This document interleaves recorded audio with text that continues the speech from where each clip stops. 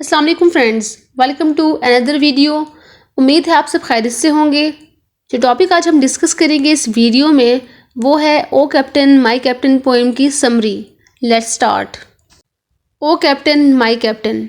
सबसे पहले हम देखते हैं थोड़ा बहुत इस पोएम का इंट्रोडक्शन कि किसने लिखी है, कब लिखी है और इसका मेन थीम क्या है, किस बारे में बात कर रही है ये पोएम। उसके बाद हम चलेंगे स्टैंजा वाइज समरी की तरफ।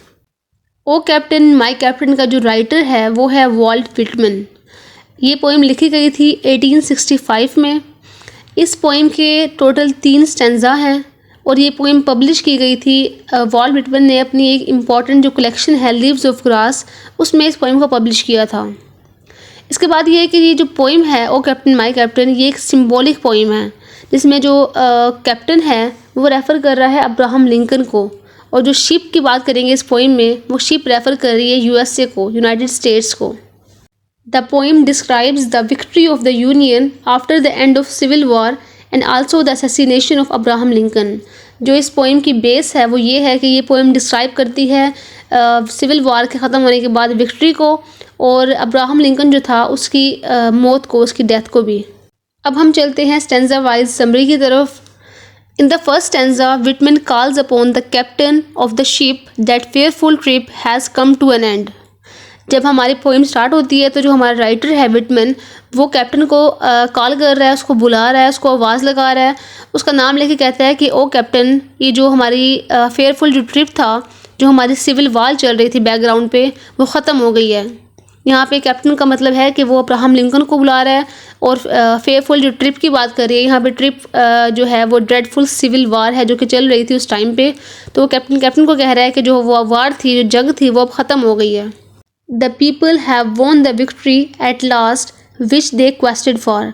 जो लोग थे उन्होंने आखिरकार उस विक्ट्री को, उस जीत को हासिल कर लिया है जिसके लिए वो कोशिश कर रहे थे। The victory of the union.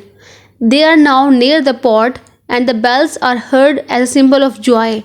वो कहते हैं कि अब ना ये जो शिप है वो समंदर के जो बैंक होता है, जो बंदरगाह होती है, वहाँ पे पहुँच गई है और बेल्स की आवाज़ें सुनाई दे रही हैं।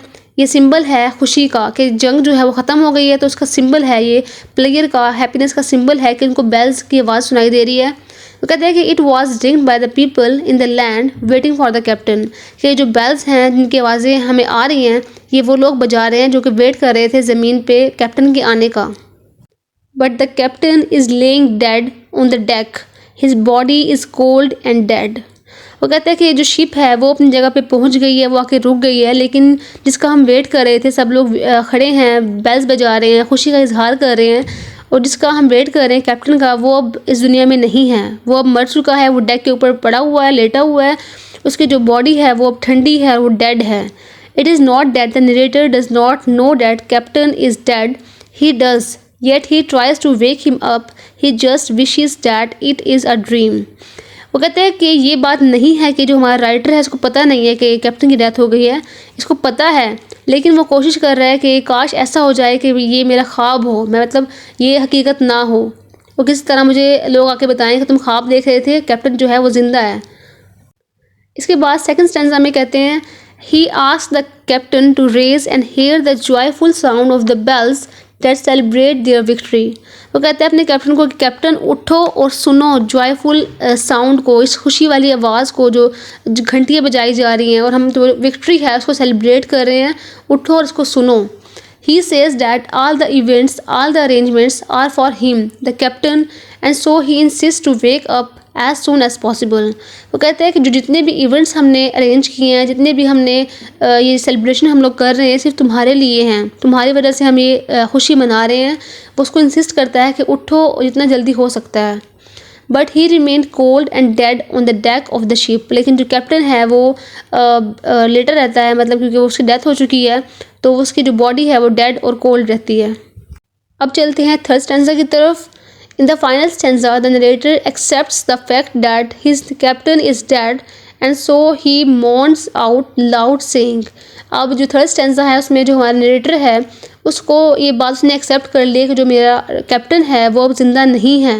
तो वो इस बात पे रोता है धोता है और फिर ना कहता है my captain does not answer, his lips are pale and still, my father does not feel my arm, he has no pulse और नॉर विल।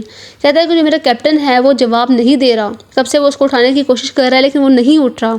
उसके जो लिप्स हैं, जो उसके होंठ हैं वो स्टिल हैं, वो सख्ते में हैं और वो पेल हैं, वो पीले पड़ गए हैं। जो मेरा फादर है वो इस चीज़ को फ़ील नहीं कर रहा क्योंकि उसके पास पल्स नहीं है या वो कभी इस बात को फ़ील नहीं कर सकता जो हमारा जो राइटर है वो फ़ील कर रहा है। Now the ship is safe in the homeland, he walks with greater grief inside him, he walks away from the deck to the people who were celebrating by ringing the bells louder, adding glory to the shores। वो कहता है कि जो हमारी जो कश्ती थी, जो शिप थी, वो अब सेफ़ जगह पे आ चुकी है। मतलब अपने जो हमारी होमलैंड है, जो हमारा मदर कंट्री है, जो वहाँ पे हमारी जो शिप है वो पहुँच चुकी है, अब वो सेफ़ है। लेकिन उसके जो हमारा राइटर है विटमैन, उसके जो अंदर है बहुत दुख है क्योंकि उसने अपने कैप्टन को खोया है, उसकी डेथ हो चुकी है। वो कहता है कि अब वो थोड़ा दूर जा रहा है उस डेक से और वो लोगों को देख रहा है कि जो लोग हैं वो, क्योंकि ये जो पोइम है यहाँ पे दो तरह की फीलिंग्स हैं। एक खुशी की है क्योंकि जो जंग है वो ख़त्म हो चुकी है, और एक दुख भी है कि जो कैप्टन है उसकी डेथ हो चुकी है। और जो लोग हैं वहाँ पे वो सेलिब्रेट कर रहे हैं इस विक्ट्री को और अपनी जो बेल्स हैं उसको बजा रहे हैं। अगर हम थ्रू आउट द पोइम देखें तो जो हमारा राइटर है वो हमें एक पेनफुल रिलेशनशिप दिखा रहा है बिटवीन लॉस एंड विक्ट्री।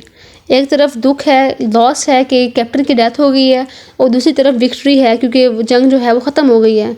अगर हम देखें तो हर स्टेंजा में हमें दिखाया गया है पब्लिक सेलिब्रेशन और दूसरी तरफ प्राइवेट ग्रीफ। पब्लिक खुश है, वो सेलिब्रेट कर रही है, और दूसरी तरफ जो हमारा राइटर है विटमैन है वो दुख में है, वो प्राइवेट ग्रीफ में है। और अगर हम इस पोइम का क्रिटिकल एनालिसिस करें तो हम देखेंगे कि इस पोइम का नेम रखा गया है ओ कैप्टन माई कैप्टन। इस पोइम को ऐसा नहीं कहा गया कि ओ कैप्टन आवर कैप्टन, क्योंकि जो हमारा राइटर है विटमैन वो इस बात को फील कर रहा है और वो कह रहा है कि जो प्रेसिडेंट लिंकन है वो सिर्फ मेरा कैप्टन है, क्योंकि वहाँ पे वो उस दुख में है, उस ग्रीफ में है। अगर लॉजिकली देखा जाए तो जो कैप्टन होता है वो सबका कैप्टन होता है, लेकिन जो हमारा राइटर है, हमारा पोइट है, उसने पर्सनल प्रोनाउन यूज़ किया। उसने कहा है कि माई कैप्टन। तो हम देख सकते हैं कि कैसे वो अपना प्राइवेट और पर्सनल जो ग्रीफ है, जो लॉस है, वो दिखाने की कोशिश कर रहा है इस पोइम में, इस टाइटल के थ्रू। तो ये थी हमारी आज की वीडियो जिसमें हमने डिस्कस किया है summary of O captain my captain. उम्मीद है आपको समझ आ गई होगी। हमने थोड़ा बहुत इसका एनालिसिस भी किया है। अगर समझ आ गई है तो don't forget to share this video with your friends. Thank you.